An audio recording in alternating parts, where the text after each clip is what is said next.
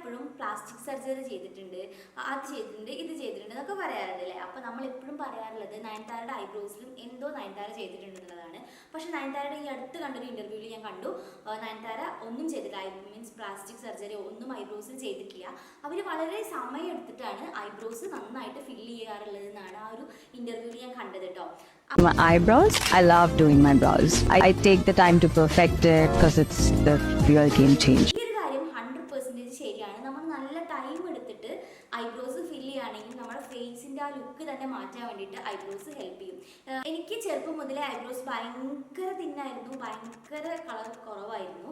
പക്ഷെ ഞാൻ ഐബ്രോസ് എന്ന് മുതലാണോ എഴുതാൻ തുടങ്ങിയത് അന്ന് മുതൽ നമ്മുടെ ഫേസിൻ്റെ ഒരു സ്ട്രക്ചറേ മാറി തുടങ്ങി കേട്ടോ. നമ്മുടെ ഫേസിന് നല്ല അടിപൊളി സ്ട്രക്ചർ നൽകാൻ വേണ്ടിയിട്ട് ഐബ്രോസ് ഹെൽപ്പ് ചെയ്യും. നിങ്ങൾ ഐബ്രോസ് ഡിഫൈൻ ചെയ്യുന്ന സമയത്ത് ശ്രദ്ധിക്കേണ്ട കാര്യം, നിങ്ങളെപ്പോഴും ഐബ്രോ കിറ്റ്, അതായത് നമ്മൾ പൊടി മീൻസ് ഐ ഷാഡോ പോലത്തെ ഐബ്രോസ് വാങ്ങാൻ കിട്ടുമല്ലോ, അപ്പം അങ്ങനത്തെ ഇൻവെസ്റ്റ് ചെയ്യാതെ എപ്പോഴും ഒരു ഐബ്രോ പെൻസിലിൻ്റെ മുകളിൽ തന്നെ തുടങ്ങുക.